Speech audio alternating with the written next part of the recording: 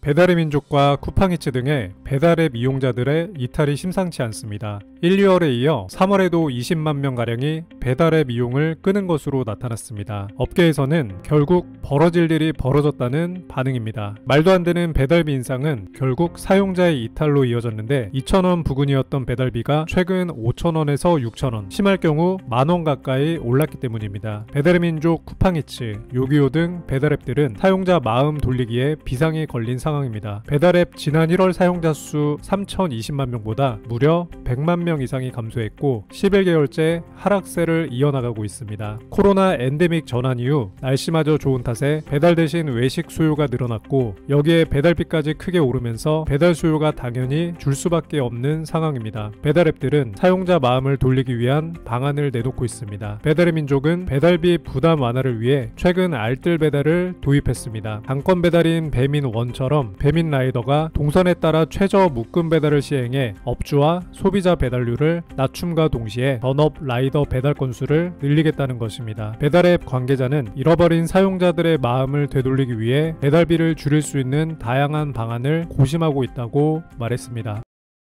아침 출근길 극심한 혼잡도를 보이고 있는 김포 골드라인에서 승객 2명이 호흡곤란 증상을 호소하며 쓰러지는 사건이 발생했습니다. 11일인 오늘 김포도시철도에 따르면 오전 8시쯤 김포 골드라인 김포공항역에서 10대 여고생과 30대 여성이 호흡곤란 증세를 보이며 쓰러졌습니다. 두 사람은 생명에는 지장은 없었고 119 구급대에 의해 응급처치를 받고 휴식을 취한 뒤 귀가했습니다. 김포도시철도 관계자는 아침 출근길 등굣길 등 혼잡한 시간에 많은 사람이 몰리다 보니 비슷한 증상을 호소하는 승객들이 자주 발생하고 있다고 말했습니다. 김포 골드라인은 한강 신도시에서 서울 9호선 김포공항역까지 총 23km 정도의 구간을 오가는 완전 무인운전 전동차입니다. 전동차 수가 많지 않아 2019년 개통 이후 과도한 혼잡 상황에 따른 승객 민원은 꾸준하게 이어지고 있는 상황입니다.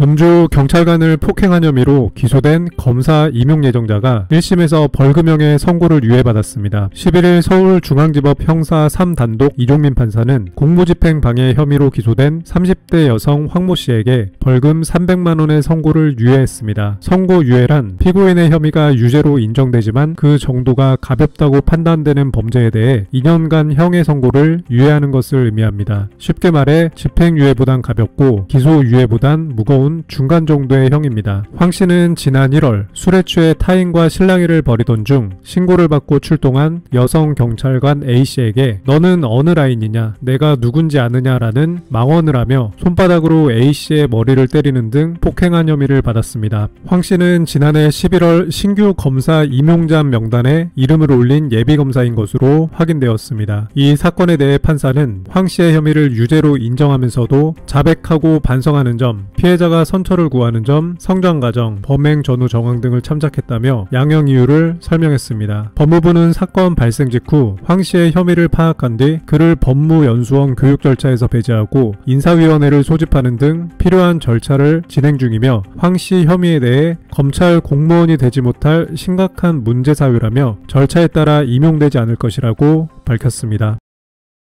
더불어민주당은 더 이상의 개식용 논란을 끝내야 한다며 개식용 방지법을 추진하기로 했습니다. 김민석 정책위의장은 회의에서 개 불법 사육, 도축, 식용을 금지하고 관련 상인의 안정적인 전업을 지원하는 특별법을 발의하고 통과시키겠다고 밝혔습니다. 현재는 반려동물과 한류의 시대이고 부산 엑스포 추진 등 각종 국제행사가 이어지고 있는 상황에 손흥민 선수에 대한 차별과 야유의 원인이 됐던 개 식용을 근절해야 한다고 강조하기도 했습니다.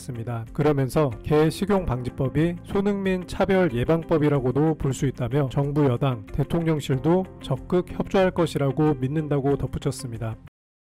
삼성에서 최근 출시된 최신 스마트폰인 갤럭시 S23 시리즈의 실제 구매 가격이 출시 3개월 만에 훨씬 더 낮아진다는 소식입니다. SK, LG, KT 등 통신사들의 갤럭시 S23의 공시지원금을 기존보다 2배 이상 올린다고 밝혔습니다. 기존 85,000원대 고가 요금제를 사용해야 15만원 정도의 할인을 받을 수 있었는데 할인 혜택을 2배 이상인 50만원 정도로 늘린다고 합니다. 기존보다 35만원 정도의 추가 지원금을 더 제공한다는 것입니다. 출시 출시 3개월도 안 된 최고의 스마트폰 지원금을 파격적으로 올리는 것은 매우 이례적인 일인데, 지원금 인상으로 고객들의 실제 구매 가격이 크게 내려갈 예정입니다. 기존 가격이 159만원인 갤럭시 S23 울트라의 경우 50만원의 공시지원금에다가 추가 지원금인 공시지원금의 최대 15%까지 포함되면 100만원가량의 구입이 가능해집니다. 통신업계에 따르면 삼성전자와 통신3사는 협의를 거쳐 14일부터 공시지원금을 파격적으로 올리기로 했습니다.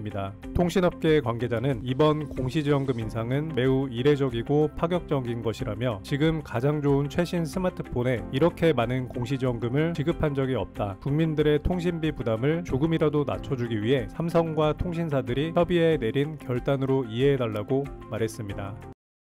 전 세계적으로 많은 사람들이 즐겨 이용하는 유튜브가 앞으로는 프리미엄 회원에게만 더 좋은 고화질의 영상을 제공하겠다고 밝혔습니다. 프리미엄 회원은 기존의 1080p 화질보다 향상된 1080p 프리미엄 화질로 영상을 감상할 수 있게 됩니다. 유튜브는 자사 블로그를 통해 프리미엄 회원에게 더 고화질 경험을 제공하기 위해 수준의 개선된 비트 전송률이 적용된 1080p HD 화질을 iOS용 앱부터 선보이겠다라는 입장을 밝혔습니다. 앞으로 유료와 무료, 이용자 간 화질의 차등을 두겠다는 것인데, 기존 1080p 해상도는 그대로 유지되지만 프리미엄 회원에게는 개선된 화질을 추가로 제공하겠다는 것입니다. 유튜브 측은 모든 이용자가 여전히 1080p를 이용할 수 있지만, 향상된 1080p 화질 설정은 디테일과 움직임이 풍부한 영상의 경우 더욱 선명한 화면을 제공할 것이라며, 열렬한 스포츠 팬에게든 최신 게임에 빠진 사람에게든 이 새로운 혜택은 회원들에게 더욱 개선된 시각적 경험을 제공해 줄 것이라고 전했습니다. 유튜브 측은 현재 1080p 프리미엄 화질은 iOS에서만 제공되고 있는데, 곧 웹에서도 화질 시험이 시행될 예정이라고 밝혔습니다.